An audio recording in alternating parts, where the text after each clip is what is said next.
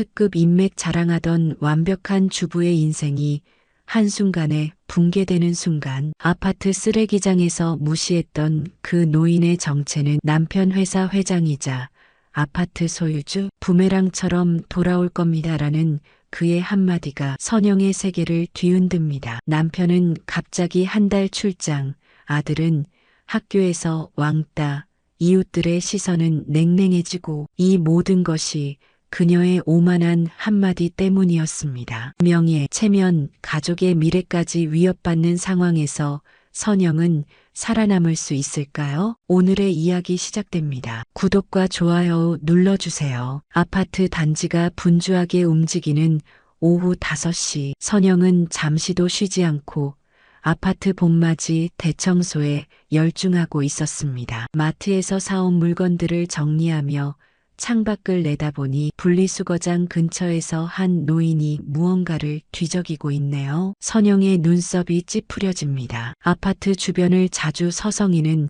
그 할아버지였죠. 또 저러고 있네. 아휴, 저 양반은 매번 뭘 줍나 몰라. 선영은 혀를 차며 창문을 닫았습니다. 주방으로 향하던 그녀는 식탁 위에 놓인 아들 민수의 알림장을 발견했어요. 선생님 상담 요청서가 첨부되어 있었습니다. 민수가 또 친구와 다퉜다는군요. 선영은 한숨을 내쉬었습니다. 이런, 또 무슨 일이 있었대? 요즘 민수가 왜 이러는지. 전화기를 집어들어 남편 경석에게 전화를 걸었지만 받지 않았습니다. 평소처럼 바쁜 모양이에요. 선영은 쓰레기를 분리수거하러 나가기로 했어요. 아직도 그 할아버지가 있는지 확인하면서요. 엘리베이터를 타고 내려가는 동안 선영은 거울에 비친 자신의 모습을 살폈습니다. 40살이 넘어선 얼굴이지만 여전히 관리가 잘 된 피부가 돌아왔어요. 선영은 자신이 이 아파트에서 인정받는 주부라고 자부했죠. 시어머니도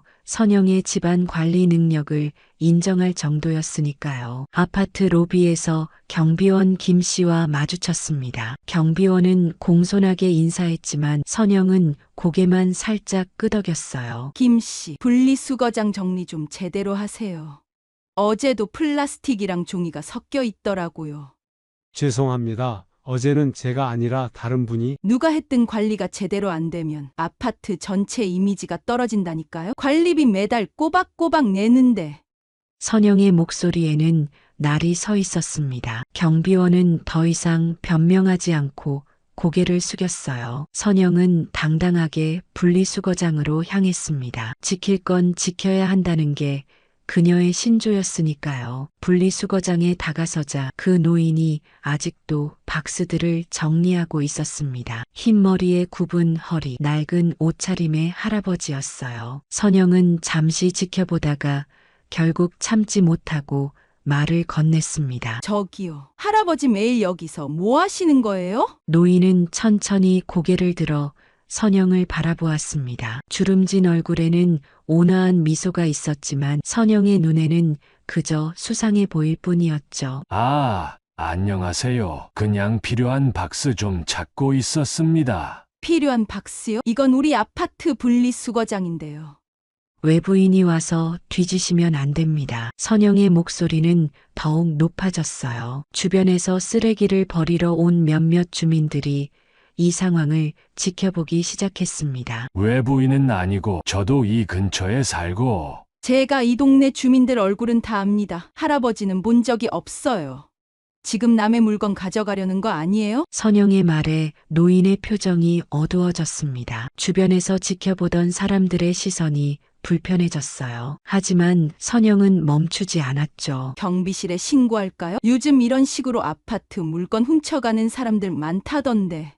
선영의 목소리는 의도적으로 더 크게 들렸습니다. 노인은 한숨을 내쉬며 조용히 손에 들고 있던 박스들을 내려놓았어요. 죄송합니다. 더 이상 배 끼치지 않겠습니다.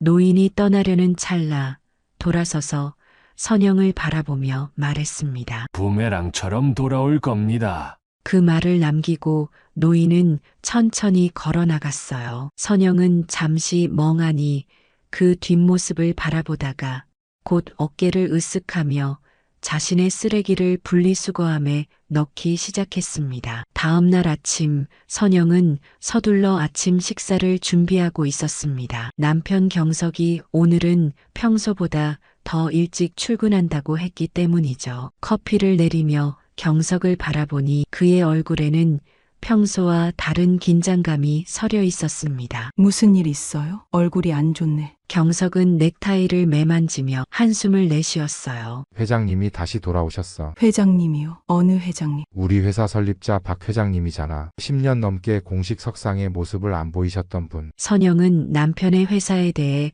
잘 알고 있었습니다. 중견 건설회사였지만 설립자인 박 회장의 이야기는 마치 전설처럼 회자되고 있었죠. 특유의 날카로운 경영 감각으로 회사를 성장시켰지만 어느 날 갑자기 모든 공식적인 활동에서 물러났다는 그 사람. 왜 그렇게 긴장해? 그냥 은퇴하신 분 아니었어? 은퇴라기보다는 잠시 물러나 계셨던 거지. 법적으로는 여전히 최대 주주시고 그동안 아들이 경영을 맡았지만 어제 긴급 이사회가 소집되어 회장님이 다시 경영에 복귀하신다고 발표가 났어. 경석의 얼굴에서 식은땀이 흘러내렸습니다. 선영은 처음 보는 남편의 모습에 의아했어요. 그게 왜 그렇게 큰일인데? 너 그동안 일 잘해왔잖아. 몰라서 그래. 박 회장님은 정말 무서운 분이야. 사람 보는 눈이 특별하시대. 한 번 만남으로 사람의 진가를 알아보신다고. 그래서 항상 직원들을 직접 면접하셨거든. 경석은 시계를 확인하고 허겁지겁 가방을 들었습니다. 다음 주에 비공개 리셉션이 있어. 그때 너도 같이 가자. 중요한 자리니까 그날은 일정 비워둬. 선영은 고개를 끄덕였습니다. 경석이 문을 나서자마자 아들 민수가 방에서 나왔어요. 엄마 오늘 과학 시간에 발표 준비물. 아이 참, 또 준비물이야. 어제 알림장에 그런 거 없었잖아. 선영은 짜증을 내며 핸드백을 뒤적였습니다. 급히 10,000원짜리 지폐 한 장을 꺼내 민수에게 건넸어요. 가는 길에 문방구에서 사. 엄마는 오늘 아침에 밥. 민수는 말없이 돈을 받아들고 가방을 메었습니다. 그 모습이 왠지 쓸쓸해 보였지만 선영은 그것을 눈치채지 못했어요. 곧 배달이 오기로 한 가구를 기다리느라 정신이 없었으니까요. 오전 중에 가구가 도착했습니다. 배달 기사 2명이 큰 소파를 힘겹게 옮기고 있었어요. 아, 조심하세요. 그거 비싼 거예요. 벽에 긁히면 안 돼요. 선영의 날카로운 목소리에 배달 기사들은 어깨를 한층 더 움츠렸습니다. 소파를 거실에 놓고 난 후 한 기사가 조심스레 말을 건넸어요. 손님 여기 계단이 좁아서 옮기기가 좀 힘들었습니다. 추가 요금. 무슨 추가 요금이요? 배송비 다 포함된 가격으로 샀는데. 네, 하지만 특수 지역. 특수 지역이라뇨? 여기가 어디 산 꼭대기예요? 그냥 일반 아파트잖아요. 원래 계약대로만 해주세요. 선영의 단호한 태도에 배달 기사는 더 이상 말을 꺼내지 못했습니다. 묵묵히 서류의 사인을 받고 떠났어요. 그들이 나간 후 선영은 만족스럽게 새 소파를 바라보았습니다. 완벽했죠. 이제 다음 주 리셉션 준비를 해야겠어요. 남편이 그렇게 긴장했으니 분명 중요한 자리일 테니까요. 그날 저녁 선영은 시어머니와 통화를 했습니다. 어머니, 다음 주에 경석이 회사 리셉션에 가게 됐어요. 새로 복귀하신 회장님 때문에 분위기가 심상치 않나 봐요. 아, 박 회장님이 돌아오셨다고? 그분 정말 대단한 분이야. 예전에 경석이 아버지랑 같이 일할 때 몇 번 뵌 적 있는데 겉으로는 소탈해 보여도 날카로운 눈빛이 잊혀지지 않더라고. 그렇게 대단한 분이세요? 그럼 무에서 유를 창조한 분이지. 근데 몇 년 전부터 갑자기 모습을 감추셨다고 하더라. 은둔 생활을 하신다는 소문도 있었어. 시어머니의 말에 선영은 궁금증이 생겼습니다. 그토록 성공한 사업가가 왜 갑자기 모든 공적 활동에서 사라졌을까요? 리셉션에서 그 모습을 직접 볼 생각을 하니 왠지 설렜습니다. 그때 초인종이 울렸어요. 배달 음식이 도착한 모양입니다. 선영은 통화를 마치고 문을 열었습니다. 그런데 배달원이 가져온 음식이 자신이 주문한 것과 달랐어요. 이거 잘못 가져오신 것 같은데요? 저는 돈가스를 시켰거든요. 아, 죄송합니다. 주소를 확인해 보니 맞는데 주문 내역을 다시 볼게요. 배달원이 당황해하며 핸드폰을 확인하는 동안 선영은 점점 짜증이 났습니다. 빨리 확인해 보세요. 저녁 시간인데. 기다리고 있잖아요. 죄송합니다. 시스템상으로는 짬뽕으로 주문이 들어왔네요. 말도 안 돼요. 제가 분명히 돈가스라고 했다니까요. 결국 선영은 그 음식을 받지 않고 다시 주문하기로 했습니다. 화가 나서 현관문을 쾅 닫았어요. 그녀는 스트레스를 풀기 위해 새 소파에 앉아 깊게 숨을 들이마셨습니다. 그런데 문득 쓰레기장에서 마주쳤던 그 노인의 표정이 떠올랐어요. 부메랑처럼 돌아올 겁니다. 그 말의 의미가 무엇이었을까요? 선영은 고개를 저으며 그 생각을 떨쳐냈습니다. 그저 우연히 만난 이상한 노인일 뿐이에요. 곧 다가올 리셉션에 무슨 옷을 입을지 고민하는 것이 더 중요했습니다. 선영은 리셉션이 열리는 호텔 앞에서 남편과 함께 차에서 내렸습니다. 호텔 입구의 화려한 조명이 그들을 반겼어요. 경석은 평소보다 더 정장을 갖춰 입었고 선영 역시 며칠 전 새로 구입한 드레스를 입고 있었습니다. 남편의 회사에서 열리는 중요한 행사인 만큼 완벽하게 준비했죠. 여보, 너무 긴장하지 마. 그냥 미소 지으면서 적당히 인사만 하면 돼. 경석이 선영의 손을 꾹 잡았습니다. 그의 손바닥에서 긴장감이 느껴졌어요. 그래도 오늘은 회장님이 직접 오시는 자리잖아. 내가 맡은 프로젝트에 대해 물어보실 수도 있고. 선영은 살짝 미소 지으며 경석의 넥타이를 바로잡아 주었습니다. 당신은 항상 잘해왔잖아. 걱정 마요. 호텔 연회장으로 들어서자 이미 많은 사람들이 모여 있었어요. 와인을 든 웨이터들이 사람들 사이를 오가고 정장을 차려입은 경영진들이 삼삼오오 모여 대화를 나누고 있었습니다. 선영은 남편의 팔을 잡고 함께 안으로 들어갔어요. 저기 김 부장님도 오셨네. 인사드려야겠다. 경석이 말했고 선영은 고개를 끄덕였습니다. 두 사람은 여러 인사들에게 차례로 인사를 건넸어요. 대부분 경석의 동료들이었기에 선영도 몇 번 만난 적 있는 얼굴들이었죠. 그들은 모두 오늘 행사의 주인공인 회장님에 대한 이야기로 설레는 듯 했습니다. 드디어 얼굴을 뵙게 되네요. 10년 만에 복귀하신다니 정말 놀랍죠? 어떤 변화가 있을지 궁금해요. 대화 소리들이 연회장을 채웠습니다. 약 30분이 지나자 단상 위에서 종소리가 울렸어요. 모든 시선이 단상으로 향했습니다. 오늘 이 자리에 참석해 주신 여러분께 감사드립니다. 사회자의 말이 이어졌고 이내 회사의 현 대표이사가 단상에 올랐어요. 오늘은 특별한 날입니다. 우리 회사를 일으키시고 지금의 위치에 올려놓으신 박 회장님께서 다시 경영에 복귀하시게 되었습니다. 모두 큰 박수로 환영해 주시기 바랍니다. 우레와 같은 박수 소리가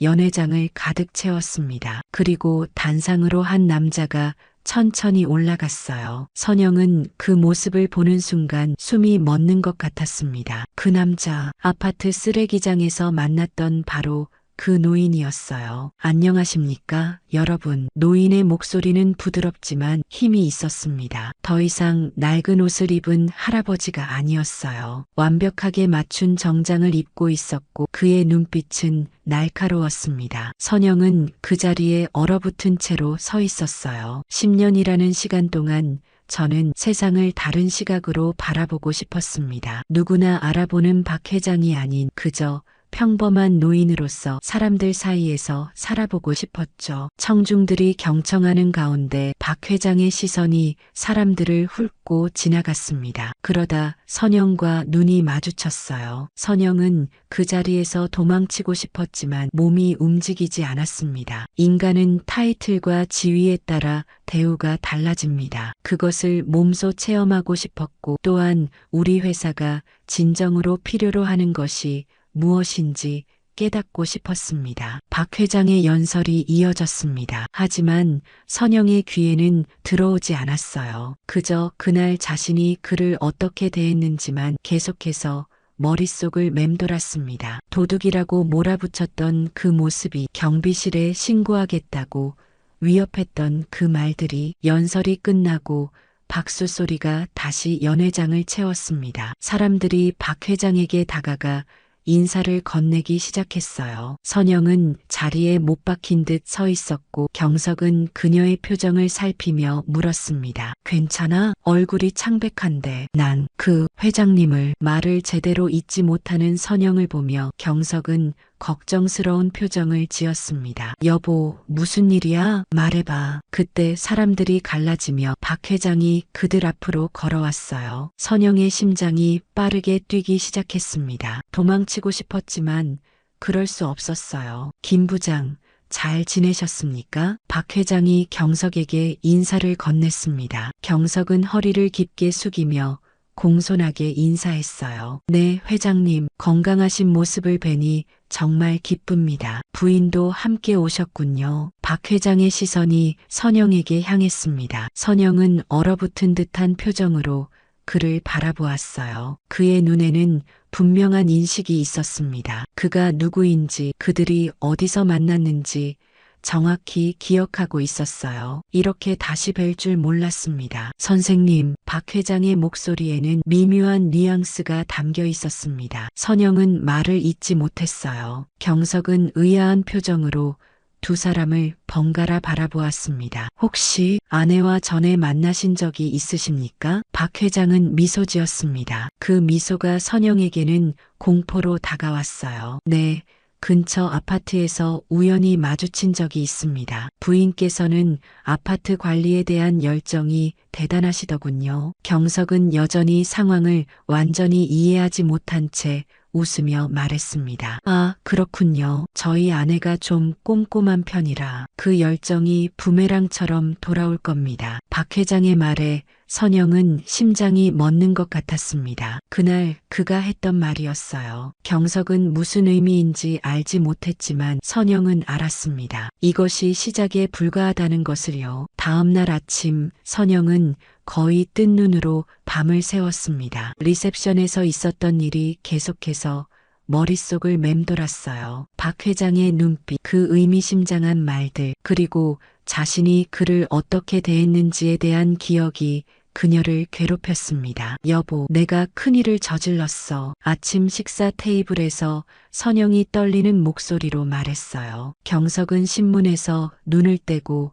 그녀를 바라보았습니다. 무슨 일인데? 리셉션 때부터 이상했잖아. 선영은 깊은 한숨을 내쉰 후 모든 것을 털어놓았습니다. 쓰레기장에서 박 회장을 만났던 일, 그를 도둑처럼 취급했던 일, 공개적으로 망신을 줬던 일까지. 경석의 얼굴이 점점 창백해졌어요. 뭐라고? 회장님을 도둑 취급했다고? 경석의 목소리가 높아졌습니다. 그는 자리에서 벌떡 일어나 거실을 서성이기 시작했어요. 어떻게 그런 실수를? 아니, 실수가 아니잖아. 그냥 노인네라고 그렇게 무시했다는 거잖아. 나도 몰랐어. 그냥 이상한 노인이 박스를 뒤지고 있길래. 세상에, 이제 어쩌지? 내 커리어가. 경석의 말에 선영도 자리에서 일어났습니다. 당신 커리어? 지금 그게 중요해? 내가 얼마나 부끄러운데. 그때 경석의 전화가 울렸어요. 그는 서둘러 전화를 받았고 통화 내용을 들으며 그의 표정이 더욱 심각해졌습니다. 네, 알겠습니다. 바로 준비하겠습니다. 전화를 끄는 경석이 선영을 바라보았습니다. 회장님께서 특별 프로젝트를 맡아달라고 하셨어. 지방으로 한 달간 출장을 가야 해. 한 달이나? 그게 무슨? 해외 투자자들과 협상하는 건데 갑자기 내게 맡기셨대. 중요한 프로젝트긴 하지만. 선영은 즉시 상황을 파악했습니다. 이것이 박 회장의 첫 번째 움직임이었어요. 남편을 한 달이나 집에서 떨어뜨려 놓는 것. 그녀는 입술을 깨물었습니다. 경석이 출장을 떠난 후 선영은 집에서 혼자 시간을 보내게 되었어요. 민수는 학교에 있었고 그녀는 평소처럼 집안일을 하며 시간을 보냈습니다. 그런데 오후에 초인종이 울렸어요. 문을 열자 아파트 관리사무소 직원이 서 있었습니다. 안녕하세요, 김선영님. 이번에 열리는 회장 사모님 모임 초대장을 전해드리러 왔습니다. 직원이 건넨 봉투를 받아든 선영은 의아했어요. 회장 사모님 모임이요? 그게 뭔가요? 아, 모르셨나요? 저희 아파트 소유주이신 박 회장님께서 직접 주최하시는 모임입니다. 아파트에 사시는 임원 부인들을 위한 자리라고 하시더라고요. 선영은 놀라움을 감추지 못했습니다. 박 회장이 이 아파트의 소유주였다니. 그녀는 떨리는 손으로 초대장을 열어보았어요. 내일 오후 3시 클럽하우스 연회장. 이것이 두 번째 움직임이었습니다. 선영은 초대장을 들고 있는 손이 떨렸어요. 거절할 수도 없는 노릇이었습니다. 이미 남편은 멀리 떠났고 아파트의 소유주가 직접 주최하는 모임을 거절했다간 더 큰 문제가 생길 수도 있었죠. 다음 날 선영은 긴장된 마음으로 모임 장소에 도착했습니다. 이미 여러 부인들이 모여 있었고 그들 사이로 박 회장의 부인으로 보이는 우아한 여성이 자리에 있었어요. 아, 김선영 씨가 오셨군요. 어서 오세요. 박 회장의 부인이 선영을 맞이했습니다. 그녀의 미소는 친절했지만 선영은 불안함을 감출 수 없었어요. 안녕하세요. 초대해 주셔서 감사합니다. 모임이 시작되었고 부인들은 차를 마시며 환담을 나누었습니다. 대화 주제는 주로 아파트 관리와 커뮤니티 활동에 관한 것이었어요. 그런데 갑자기 박 회장의 부인이 선영에게 질문을 던졌습니다. 선영 씨는 우리 아파트의 분리수거 시스템에 대해 어떻게 생각하세요? 남편이 얘기하길 선영 씨가 아파트 관리에 관심이 많다고 하시더라고요. 모든 시선이 선영에게 향했습니다. 그녀는 갑작스런 질문에 당황했어요. 아, 네, 저는 분리수거가 중요하다고 생각합니다. 그렇죠? 특히 외부인들이 들어와 뒤지지 않도록 관리하는 게 중요하잖아요. 박 회장 부인의 말에 다른 부인들이 웃음을 터뜨렸습니다. 선영은 얼굴이 화끈거렸어요. 분명 박 회장이 부인에게 모든 일을 이야기했을 테고 이것은 의도적인 질문이라고 느꼈습니다. 사실 제가 며칠 전에 큰 실수를 했어요. 선영이 용기를 내어 말했습니다. 모든 부인들이 그녀를 주목했어요. 박 회장님을 제가 알아보지 못하고 실례를 했습니다. 정말 죄송한 마음뿐이에요. 고백 후 선영은 고개를 숙였습니다. 잠시 침묵이 흘렀고 그때 박 회장의 부인이 손을 내밀어 선영의 손을 잡았어요. 괜찮아요. 우리 모두 실수할 수 있어요. 중요한 건 그 후에 어떻게 행동하느냐죠. 그녀의 따뜻한 말에 선영은 고개를 들었습니다. 하지만 다른 부인들의 눈빛은 차가웠어요. 그들의 시선 속에는 회장님을 무시한 여자라는 낙인이 찍혀 있었습니다. 모임이 끝나고 집으로 돌아오는 길 선영은 완전히 지쳐버렸습니다. 이것이 시작에 불과하다는 것을 알았어요. 박 회장은 직접적으로 그녀를 공격하지 않았지만 이런 식으로 그녀를 조금씩 옥죄어 오고 있었습니다. 부메랑처럼 돌아온다던 그 말의 의미를 이제야 온전히 이해하게 되었어요. 일주일이 지나고 선영의 일상은 점점 더 어려워졌습니다. 아파트 주민들의 시선이 달라졌어요. 엘리베이터에서 마주치면 어색하게 인사를 나누거나 아예 모른 척하는 사람들도 있었습니다. 소문이 퍼진 것이 분명했죠. 박 회장을 무시했던 그 여자, 도둑 취급했던 그 여자라는 낙인이 선영을 따라다녔어요. 아침, 민수가 아침을 먹지 않고 서둘러 학교로 향했습니다. 민수야, 아침 먹고 가야지. 왜 그렇게 서두르는 거야? 그냥 일찍 가봐야 해요. 민수의 대답은 짧았습니다. 선영은 아들의 뒷모습을 바라보며 한숨을 내쉬었어요. 요즘 민수도 평소와 달리 말수가 줄었습니다. 학교에서도 무슨 일이 있는 걸까요? 오전에 장을 보러 나간 선영은 마트에서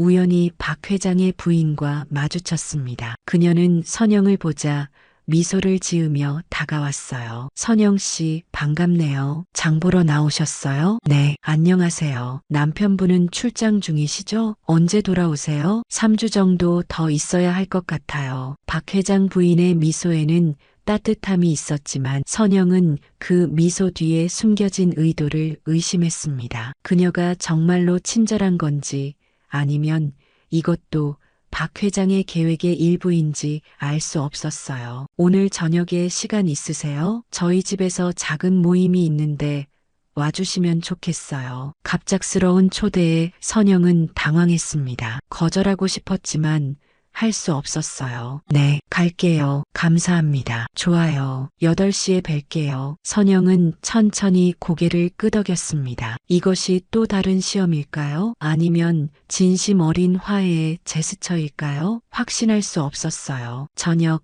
선영은 긴장된 마음으로 박 회장의 집을 방문했습니다. 예상대로 화려한 펜트하우스였고 몇몇 부인들이 이미 와 있었어요. 그 중에는 지난 모임에서 만났던 얼굴들도 있었습니다. 어서 오세요, 선영 씨. 박 회장의 부인이 친절하게 그녀를 맞이했어요. 선영은 조심스럽게 안으로 들어섰습니다. 그런데 뜻밖에도 박 회장도 자리에 있었어요. 그는 소파에 앉아 차를 마시고 있었습니다. 아, 김 부장 부인이 오셨군요. 박 회장의 목소리는 부드러웠습니다. 하지만 선영은 심장이 빠르게 뛰는 것을 느꼈어요. 그의 존재감이 방 전체를 압도했습니다. 안녕하세요, 회장님. 선영이 공손하게 인사했습니다. 다른 부인들이 그들을 주시하고 있었어요. 앉으세요. 차 한잔 하시죠. 선영은 조용히 자리에 앉았습니다. 대화가 이어졌고 박 회장은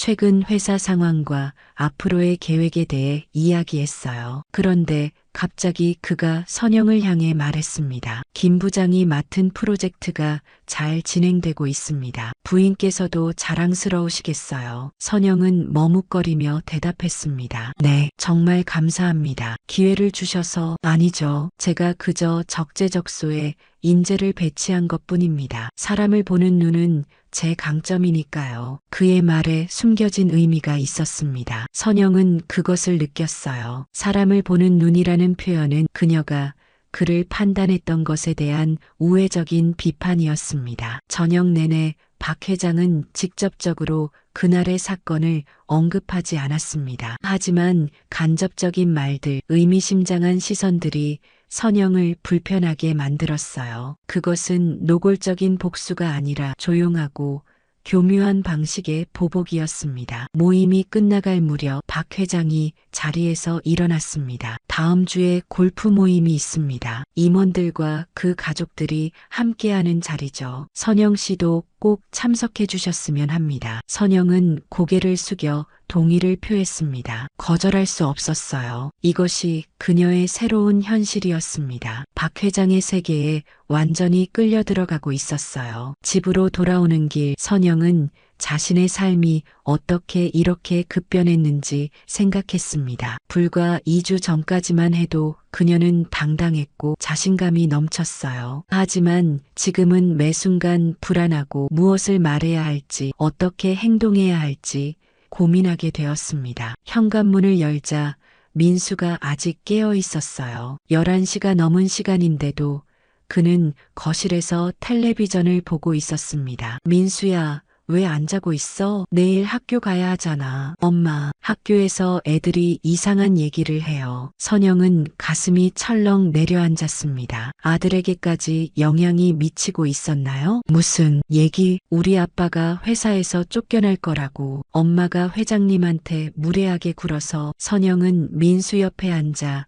그를 꼭 안았습니다. 아들의 머리를 쓰다듬으며 진정시키려 했지만 그녀 자신도 진정되지 않았어요. 그런 일 없어. 아빠는 지금 중요한 일을 맡아서 출장 가신 거야. 누가 그런 소리를. 민수의 눈에 눈물이 고였습니다. 친구 아빠가 우리 회사에서 일하시는데 그 얘기를 들었대요. 엄마가 정말 그랬어요? 선영은 말을 잇지 못했습니다. 그녀의 실수가 이렇게 빠르게 멀리까지 퍼진 것이 충격적이었어요. 아들에게 어떻게 설명해야 할지 몰랐습니다. 엄마가 실수를 했어. 하지만 이제 그것을 바로잡으려고 노력하고 있어. 걱정하지 마. 그날 밤 선영은 다시 뜬 눈으로 밤을 새웠습니다. 박 회장이 어디까지 그녀를 몰아붙일 것인지, 이 상황이 언제까지 계속될 것인지 알 수 없었어요. 하지만 한 가지는 분명했습니다. 그녀는 무언가를 바꿔야 했어요. 이대로는 더 이상 버틸 수 없었으니까요. 다음 날 아침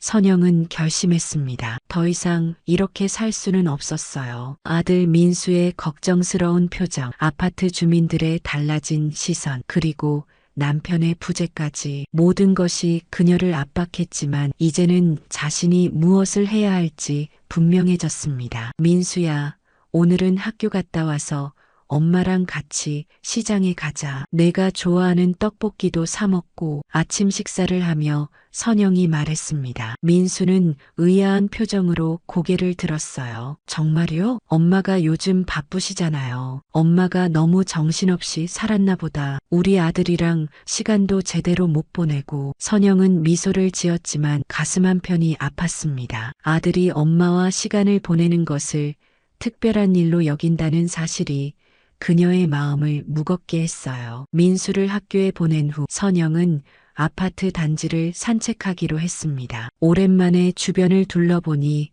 계절이 완전히 바뀌어 있었어요. 그동안 얼마나 자신의 문제에만 매몰되어 살았는지 깨달았습니다. 커뮤니티 센터 앞을 지나가는데 우연히 전단지가 눈에 들어왔습니다. 박상훈 회장 특별 강연 성공과 인생의 지혜. 오늘 오후 2시에 강연이 있다는 내용이었어요. 선영은 망설였습니다. 박 회장을 다시 마주하는 것은 두려웠지만 어쩌면 이것이 기회일 수도 있었습니다. 그의 생각을 더 알게 된다면 이 상황을 해결할 실마리를 찾을 수도 있을 터였죠. 오후 1시 45분 선영은 커뮤니티 센터에 도착했습니다. 이미 많은 사람들이 자리를 잡고 있었어요. 주로 아파트 주민들이었습니다. 선영은 최대한 눈에 띄지 않게 뒷자리에 앉았습니다. 2시 정각 박 회장이 입장했습니다. 그는 환한 미소를 지으며 모두에게 인사했어요. 격식 있는 정장이 아닌 편안한 캐주얼 차림이었습니다. 마치 평범한 이웃처럼 보였어요. 여러분,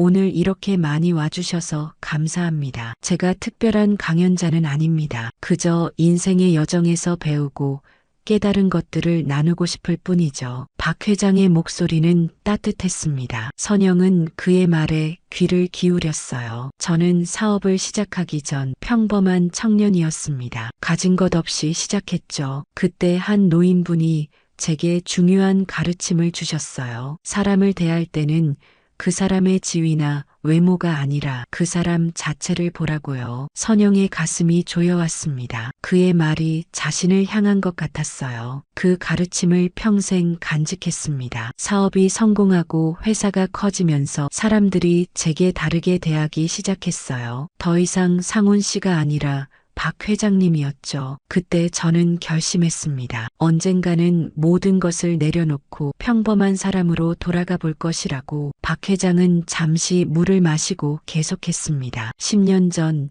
저는 공식적인 활동에서 물러났습니다. 그리고 이 아파트로 이사 왔죠. 물론 저는 여전히 이 아파트의 소유주였지만 아무도 그것을 알지 못했어요. 그저 평범한 노인으로 살기 시작했습니다. 청중들 사이에서 작은 웅성거림이 일었습니다. 선영은 이 이야기가 어디로 향할지 긴장되었어요. 그 시간 동안 저는 많은 것을 배웠습니다. 사람들이 어떻게 노인을 대하는지, 지위 없는 사람을 어떻게 바라보는지, 때로는 상처받기도 했지만 그것이 제게는 값진 교훈이었습니다. 박 회장의 시선이 선영에게 향했습니다. 잠시 그들의 눈이 마주쳤다가 그는 다시 전체 청중을 바라보았어요. 인생에서 가장 중요한 것은 결국 우리가 서로를 어떻게 대하느냐입니다. 지위, 재산, 명예는 일시적입니다. 하지만 우리가 서로에게 보여준 존중과 친절은 영원히 남습니다. 강연이 끝나고 질의응답 시간이 이어졌습니다. 여러 주민들이 질문을 던졌고 박 회장은 친절하게 대답했어요. 선영은 자리에서 일어나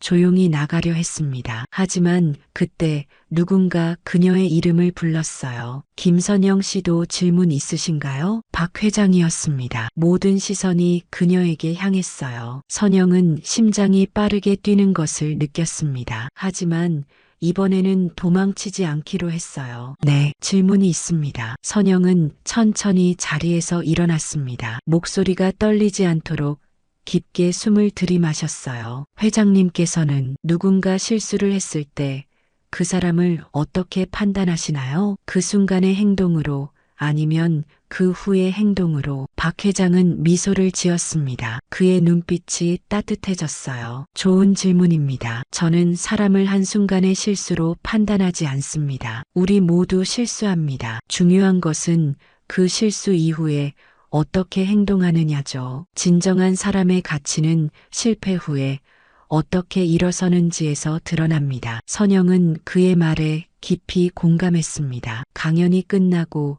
사람들이 모두 자리를 떠날 때 그녀는 용기를 내어 박 회장에게 다가갔어요. 회장님, 잠시 시간 좀 내주실 수 있을까요? 박 회장은 고개를 끄덕였습니다. 그들은 커뮤니티 센터 옆 작은 정원으로 나갔어요. 햇살이 따뜻하게 내리쬐고 있었습니다. 회장님, 정말 죄송합니다. 그날 제가 한 행동, 변명의 여지가 없습니다. 단지 이웃을 인격적으로 대하지 못했어요. 선영의 목소리는 진심이 담겨 있었습니다. 박 회장은 천천히 고개를 끄덕였어요. 김 부장 부인, 선영이라고 불러주세요. 직함이 아닌 사람으로 봐주셨으면 해요. 선영이 말했습니다. 박 회장의 눈에 놀라움이 스쳤고 이내 미소를 지었어요. 선영 씨, 사람은 누구나 실수합니다. 그 뒤가 중요하죠. 그의 말에 선영은 고개를 들었습니다. 그의 눈에서 더 이상 냉기를 느끼지 못했어요. 제가 어떻게 하면 이 상황을 바로잡을 수 있을까요? 박 회장은 한동안 말없이 그녀를 바라보았습니다. 그리고 천천히 대답했어요. 그것은 선영 씨 자신이 결정할 문제입니다. 진정한 변화는 외부에서 강요된 것이 아니라 내면에서 시작되는 법이니까요. 선영은 그 말의 의미를 곱씹었습니다. 그는 그녀에게 답을 주지 않았어요. 대신 스스로 찾아갈 길을 제시해 주었습니다. 선영은 그날 이후로 많은 것을 생각했습니다. 박 회장과의 대화는 짧았지만 그 속에 담긴 의미는 깊었어요. 진정한 변화는 내면에서 시작된다. 그 말이 계속해서 그녀의 머릿속을 맴돌았습니다. 민수와 함께 시장에 다녀온 후 선영은 저녁을 준비하며 창밖을 바라보았어요. 분리수거장 근처에서 아파트 경비원 김 씨가 쓰레기를 정리하고 있었습니다. 지난번에 강하게 질책했던 그 경비원이었죠. 선영은 그동안 자신이 어떤 태도로 사람들을 대했는지 돌아보게 되었어요. 민수야, 저녁 준비 다 됐어. 이리 와서 먹자. 민수가 방에서 나와 식탁에 앉았습니다. 평소와 달리 선영은 아들에게 학교 생활에 대해 물었어요. 진심으로 듣고 싶었습니다. 친구들이랑 어떻게 지내? 요즘 학교는 재밌어? 민수는 의아한 표정을 지었지만 곧 학교에서 있었던 일들을 이야기하기 시작했습니다. 과학 시간에 만든 화산 모형, 체육 시간에 있었던 재미있는 일들. 선영은 처음으로 정말 집중해서 아들의 이야기를 들었어요. 엄마, 아빠는 언제 돌아와요? 곧 돌아올 거야. 아빠가 어제 전화했는데 프로젝트가 잘 진행되고 있대. 그 소문 진짜 아니죠? 아빠가 회사에서 쫓겨나는 거. 선영은 민수의 손을 꼭 잡았습니다. 그런 일 절대 없어. 걱정하지 마. 사람들이 가끔 사실이 아닌 이야기를 하기도 하거든. 하지만 우리는 진실을 알고 있으니까 괜찮아. 다음 날 아침 선영은 일찍 일어나 커피를 들고 아파트 단지를 산책했습니다. 신선한 공기를 마시며 걸으니 마음이 한결 가벼워졌어요. 그때 그녀는 멀리서 박 회장을 발견했습니다. 그도 아침 산책을 하고 있었나 봅니다. 선영은 망설였지만 용기를 내어 그에게 다가갔어요. 안녕하세요, 회장님. 박 회장은 고개를 들고 그녀를 바라보았습니다. 그의 눈빛은 부드러웠어요. 아, 선영 씨, 아침부터 산책하시나요? 네, 요즘 많은 생각을 하게 되네요. 그들은 나란히 걸으며 대화를 나누었습니다. 처음에는 어색했지만 점차 편안해졌어요. 회장님께서는 왜 이 아파트에서 살기로 하셨나요? 다른 고급 주택가도 많을 텐데. 박 회장은 잠시 생각에 잠겼다가 대답했습니다. 어렸을 때 이런 아파트에서 살았거든요. 사실 이곳이 제게는 원점과 같은 곳입니다. 성공하고 돈을 벌면서 점점 사람들과 멀어지는 느낌이 들었어요. 다시 처음으로 돌아가고 싶었습니다. 평범한 노인으로 살면서 어떤 점이 가장 힘드셨나요? 사람들의 무관심이었죠. 지위가 있을 때는 모두가 내 말에 귀 기울였지만 평범한 노인이 되자 내 말은 가치가 없어졌어요. 하지만 그것도 좋은 경험이었습니다. 진짜 나를 대하는 사람과 내 지위를 대하는 사람을 구분할 수 있었으니까요. 선영은 고개를 숙였습니다. 자신이 후자에 속했다는 것을 알았어요. 제가 정말 부끄러운 행동을 했습니다. 과거는 이미 지나갔습니다. 중요한 건 지금 그리고 앞으로예요. 그들의 대화는 길지 않았지만 선영에게는 큰 의미가 있었습니다. 박 회장은 그녀가 생각했던 것처럼 복수심에 가득 찬 사람이 아니었어요. 오히려 그는 삶의 지혜를 가진 현명한 사람이었습니다. 산책을 마치고 돌아오는 길에 선영은 경비실 앞을 지나갔습니다. 경비원 김 씨가 청소를 하고 있었어요. 선영은 발걸음을 멈추었습니다. 김 씨, 안녕하세요. 경비원은 놀란 표정으로 그녀를 바라보았습니다. 네, 안녕하세요. 지난번에 제가 무례하게 굴어서 죄송해요. 분리수거장 관리뿐만 아니라 항상 아파트를 깨끗하게 유지해 주셔서 감사합니다. 경비원의 얼굴에 당혹감이 스쳤다가 이내 밝은 미소가 번졌어요. 아닙니다. 제 일을 하는 것뿐인데요. 감사합니다. 간단한 사과였지만 선영은 마음이 한결 가벼워졌습니다. 그날 이후로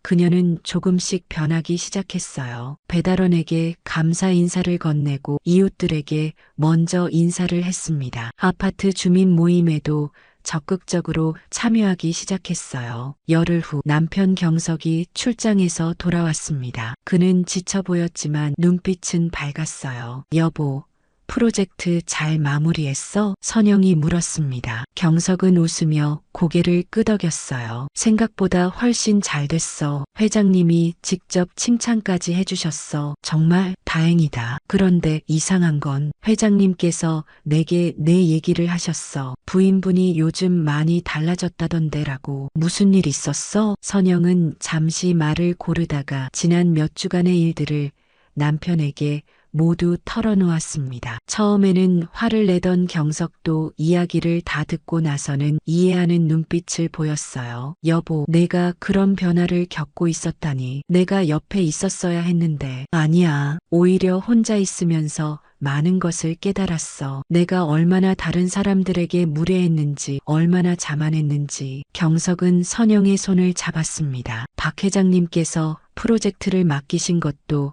다 계획이었을지도 모르겠네. 그분은 정말 사람을 꿰뚫어 보시는 것 같아. 선영은 고개를 끄덕였습니다. 그것이 단순한 복수가 아니라 그녀에게 깨달음을 주기 위한 방법이었을지도 모른다는 생각이 들었어요. 이틀 후 선영은 민수를 학교에 데려다주고 돌아오는 길에 우연히 박 회장과 마주쳤습니다. 그는 커뮤니티 센터 앞 벤치에 앉아 있었어요. 선영 씨, 잠시 앉아서 얘기 나눌까요? 박 회장의 제안에 선영은 기꺼이 그의 옆에 앉았습니다. 남편분이 돌아오셨다고 들었습니다. 프로젝트도 성공적이었고요. 네, 당신 덕분에요. 기회를 주셔서 감사합니다. 제가 준 것은 기회뿐입니다. 성공은 김 부장의 능력 덕분이죠. 그들은 잠시 침묵 속에서 따뜻한 아침 햇살을 즐겼습니다. 그리고 박 회장이 조용히 말했어요. 선영 씨는 많이 변하셨네요. 네, 제 자신을 돌아보는 시간이었습니다. 변화는 쉽지 않은 법이죠. 자신의 잘못을 인정하고 바꿔나가는 것, 그것이 진정한 용기입니다. 선영은 그의 말에 고개를 끄덕였습니다. 예전에는 그의 말이 부담스럽고 무거웠지만 이제는 그 속에 담긴 지혜를 이해할 수 있었어요. 어느 화창한 일요일 오후 선영은 남편과 민수와 함께 아파트 단지 산책로를 걸었습니다. 가을바람이 선선하게 불어오고 단풍이 물들기 시작한 나무들이 아름다운 풍경을 만들어냈어요. 셋은 오랜만에 함께하는 시간을 즐기고 있었습니다. 엄마, 저기 박스 할아버지다. 민수가 갑자기 소리쳤어요. 선영은 민수가 가리키는 방향을 바라보았습니다. 분리수거장 근처에 박 회장이 서 있었어요. 그는 여전히 평범한 옷차림이었고 종이박스를 정리하고 있었습니다. 민수야, 저분은 박스 할아버지가 아니라 박 회장님이셔. 선영이 부드럽게 말했습니다. 민수는 의아한 표정을 지었어요. 회장님인데 왜 박스를 정리하세요? 경석이 웃으며 대답했습니다. 그분은 특별한 분이야. 남들이 하기 싫어하는 일도 마다하지 않으시지. 선영은 잠시 생각에 잠겼습니다. 한 달 전만 해도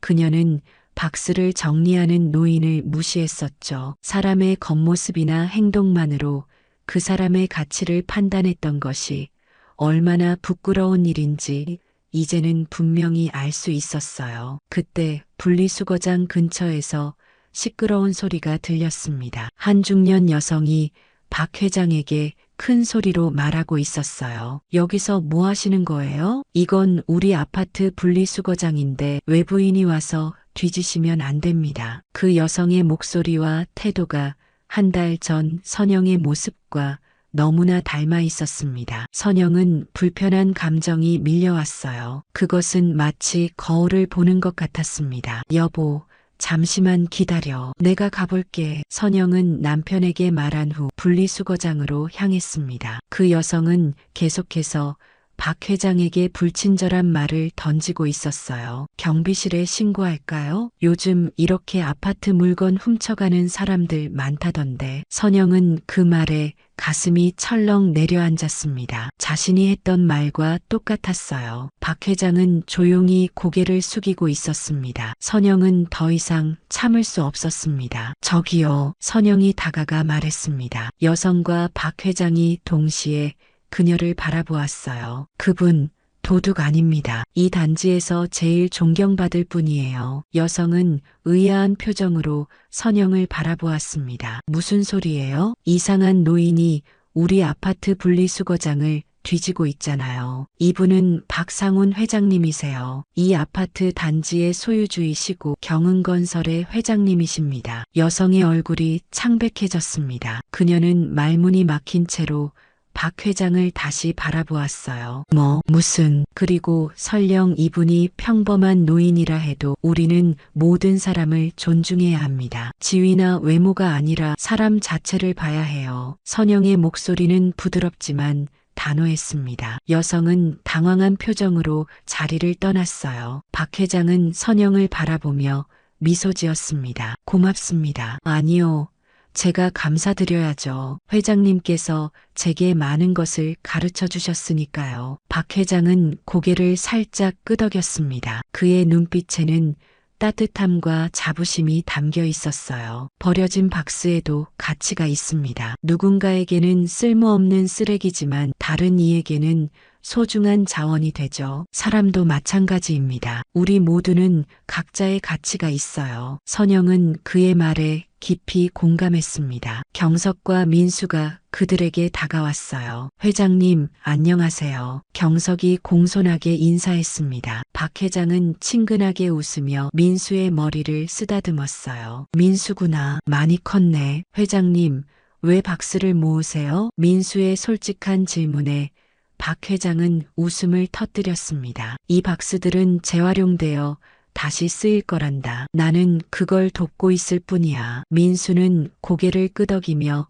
박스를 바라보았습니다. 그리고 갑자기 말했어요. 저도 도울래요. 박스 정리하는 거 도와드릴게요. 박 회장은 눈을 반짝이며 민수를 바라보았습니다. 그럼 정말 고맙겠구나. 민수는 기쁜 표정으로 박스를 정리하기 시작했어요. 선영과 경석은 그 모습을 보며 미소 지었습니다. 무심코 보면 그저 평범한 할아버지와 아이가 함께 박스를 정리하는 모습이었지만 그 속에는 더 깊은 의미가 담겨 있었어요. 여보, 우리 아들이 좋은 걸 배우고 있네. 경석이 속삭였습니다. 선영은 고개를 끄덕였어요. 그래, 나보다 훨씬 빨리 깨달은 것 같아. 그들은 함께 웃었습니다. 박 회장은 민수에게 상자를 접는 방법을 가르쳐주고 있었어요. 그 모습이 참 평화로웠습니다. 며칠 후 선영은 아파트 주민 모임에서 환경보호와 재활용에 관한 프로그램을 제안했습니다. 그녀가 직접 앞장서서 이웃들과 함께하는 활동을 시작한 거예요. 처음에는 몇 명만 참여했지만 점차 더 많은 주민들이 관심을 보였습니다. 이번 주말에는 아이들과 함께하는 재활용 공예교실을 열어보면 어떨까요? 버려지는 것들로 새로운 가치를 만들어내는 경험을 아이들에게 가르쳐주고 싶습니다. 선영의 제안에 많은 부모들이 호응했습니다. 그 중에는 한 달 전 그녀를 차갑게 대했던 부인들도 있었어요. 이제 그들은 선영을 다르게 바라보고 있었습니다. 주말 재활용 공예교실이 커뮤니티 센터에서 열렸습니다. 많은 아이들과 부모들이 참여했고 뜻밖에도 박 회장도 나타났어요. 그는 아이들에게 종이박스로 만든 작은 집과 가구들을 보여주었습니다. 할아버지, 어떻게 이렇게 예쁘게 만들었어요? 한 아이가 물었습니다. 박 회장은 미소 지으며 대답했어요. 마음을 담아서 만들면 버려진 것도 보물이 된단다. 선영은 그 말을 듣고